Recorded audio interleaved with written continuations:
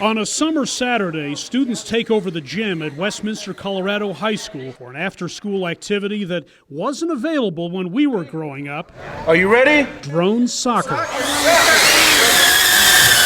Drone soccer is a flying sport sanctioned internationally by the World Air Sports Federation. Kyle Sanders is the ringleader for today's practice, which pits two teams of 5 players, each competitor operating a quadcopter drone. The goal is for each striker drone to cross the opposing goal line as many times as possible. And the strikers are scoring simultaneously. So the other 4 players are focused on that opposing team striker, trying to block them, push them out of the way, keep them away from the goal, anything they can do to slow them down. Drones are encased in protective exoskeletons, which allows them to absorb most, but not all, mid-air contact. Drone soccer has its roots in South Korea. It was first played there back in 2018. It's since taken off globally, most definitely here in the U.S. Welcome, everybody. That 2018 competition has given way to scores of STEM-related robotics programs, which, as parents are discovering, are meant to encourage their kids to consider a flying future at a time when pilots are in real demand. Turn it off.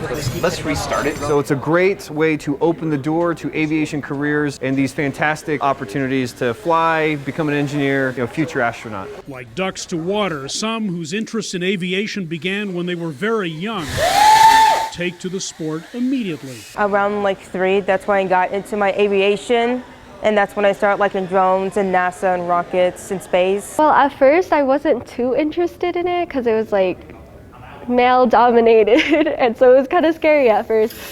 Oh, all these sports are so physical, but then this drone soccer, it's like all brains kind of thing, and I was all about the brain. Oh wait, you're recalibrating. This sport requires a combination of different skills. Really, really good communication. What makes a good drone pilot is reflexes and reaction time, but focus, really. In my opinion, definitely patience. If you do try to rush this sport can be very complicated and it can be harder to fly a drone. Drone soccer was included in the recent World Air Games in Alabama, and more national competitions are planned.